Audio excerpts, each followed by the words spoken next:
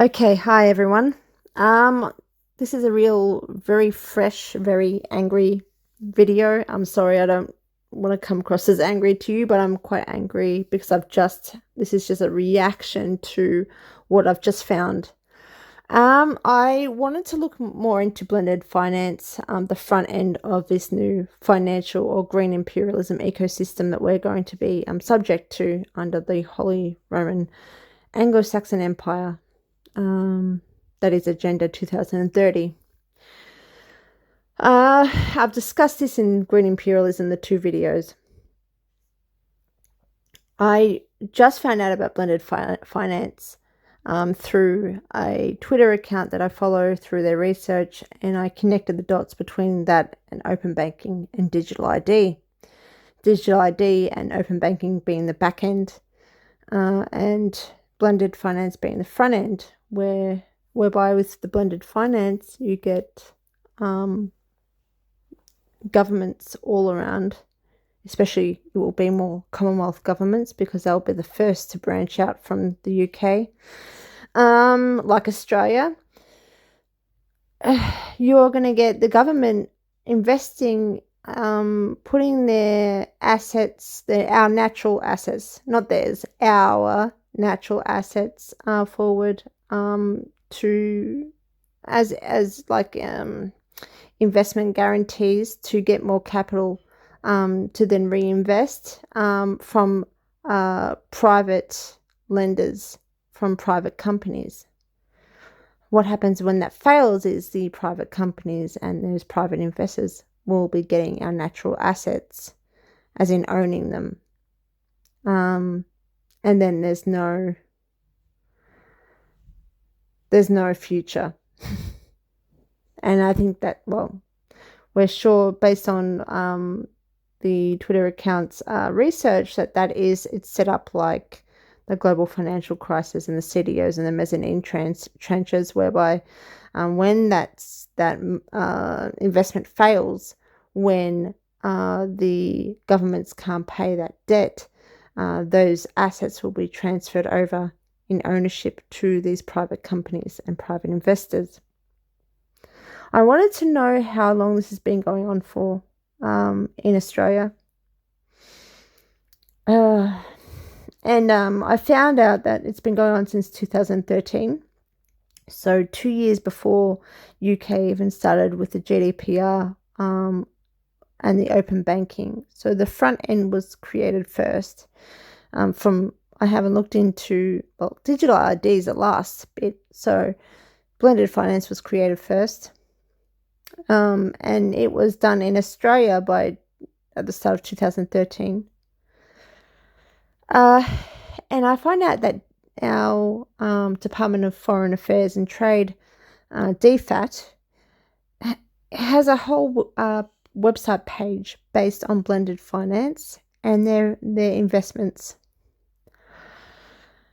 I want this to be relatable and connected to you, so you can. It's not about jargon or understanding the everything about this system, but it's important to understand who's behind these private investors. Okay, I look at DFAT's website, its page. It talks about all this bullshit. What is blended finance?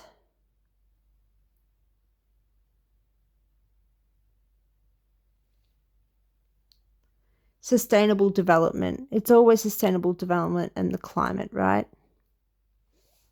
But since 2013, before climate was an issue, blended finance is the use of catalytic capital from public or philanthropic sources to increase private sector investment in sustainable development.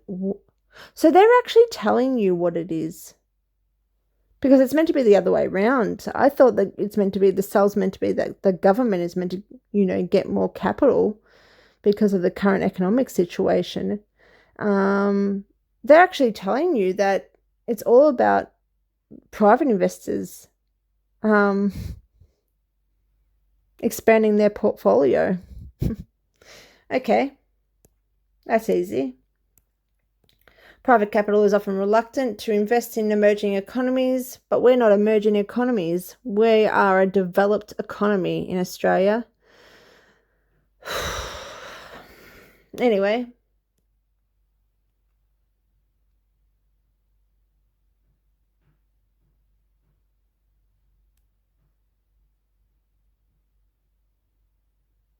The blended, so maybe they're talking about DFAT's own investments. Let's continue anyway. The Blended Finance Global Network Convergence calculates the blended finance deals have mobilized approximately USD $231 billion in global capital towards sustainable development between 2014 and 2024. So it's been going on for over a decade. You can see here it's a part of Agenda 2030. You can have a look here.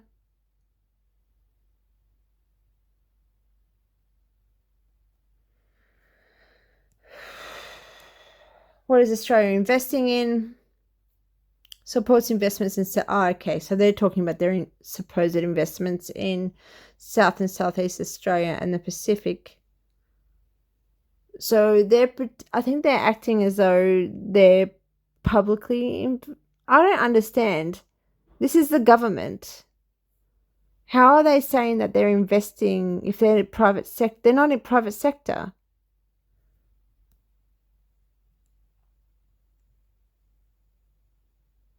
Climate change and women's economic empowerment outcomes. Oh, fuck off. The Australian government invests in a variety of sectors. Yeah, right. Greenfield and early stage infrastructure development, energy, agriculture, water, health, small and medium water. So we are privatizing, in essence, we are privatizing water, health, agriculture, energy, early stage infrastructure development, and medium enterprise finance in projects that support financial market innovation in the region. The Australian Development Program's blended finance portfolio. This blended finance portfolio is comprised of mechanisms that make financial investments. Sorry, it's hard to get through this. Okay, so I wanted to get to... No, this is not what I wanted to get to. Impact Investment Fund. I am highly emotional, and I think, it'd be better to logically look at this, but at this point, I just want to get through this and show you this information. I wanted to get to this point. Private Infrastructure Development Group, PIDG. The PIDG is a multilaterally funded infrastructure project developer and investor. PIDG operates across the entire infrastructure project lifecycle to develop sustainable and inclusive infrastructure. PIDG uses public finance, so it is a private development group. It uses public finance, so public capital, and it's a private company, to develop or assist early stage projects to overcome any financial, technical, or safeguards challenges to become investment ready. Bankable projects. Australia's contributions to PIDG are helping to drive its expansion into South and Southeast Asia. The core focus of PIDG infrastructure projects in the Indo-Pacific region is increased access to stable renewable energy sources, clean drinking water, and agribusiness logistics facilities. The PIDG uses a large range of financing solutions, including equity, debt, guarantees, and technical assistance to enable projects to attract commercial financing. Australia's co-ownership and financing of PIDG supports two of the PIDG group companies operating in our region, InfraCo Asia and GuarantCo. I find that very interesting because do you know where PIDG is from? It's from the City of London. It's a City of London company. It's a private company. This is what I'm talking about.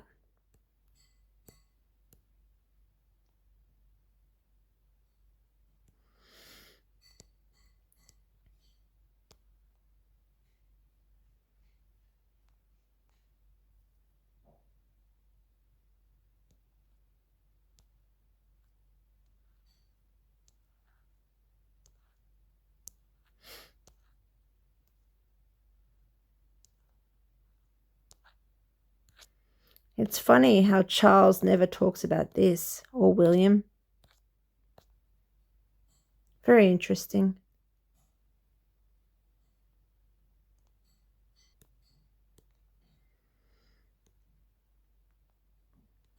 Is an active company incorporated on 20th of March 2018 with the registered office located in London, City of London. The private infrastructure development group was registered 7 years ago. Company number 112-65124. Does Australia have a share in it, do we?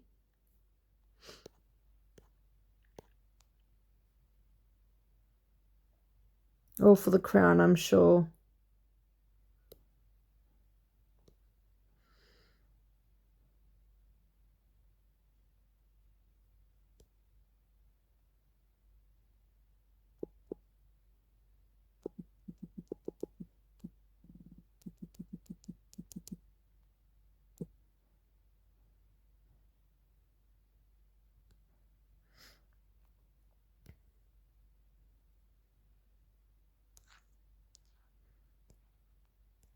One 112-65124.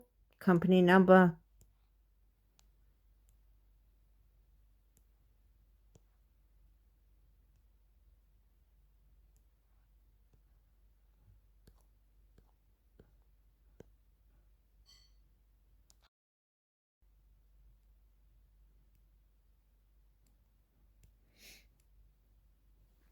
Michelle and Hill.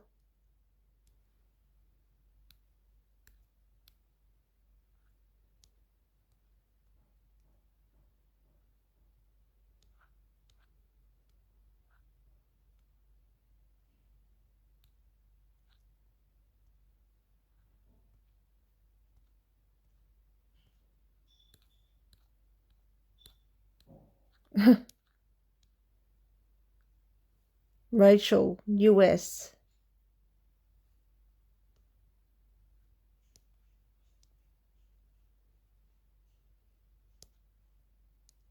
So you got Japanese, British, Filipino,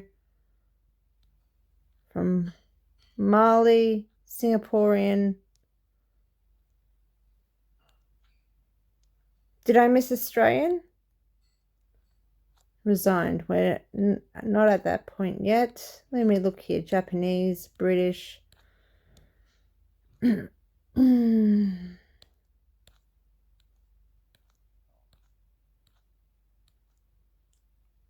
Amazing.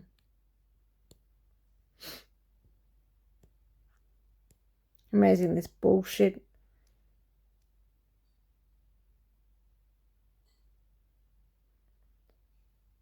Kleinwort Hambros Trust Company, UK.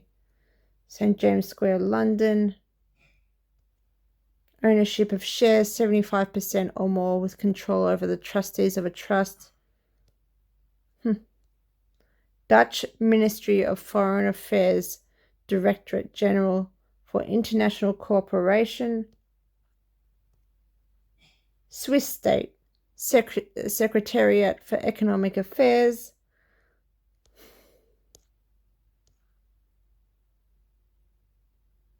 Secretary of State for Foreign, Commonwealth and Development Affairs. Ministerial Department of England and Wales. Germany. Financial institution. Swedish International Development Cooperation Agency.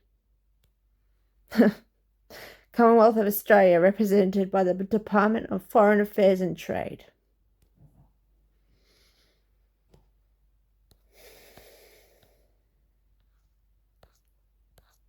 Yeah. There you go.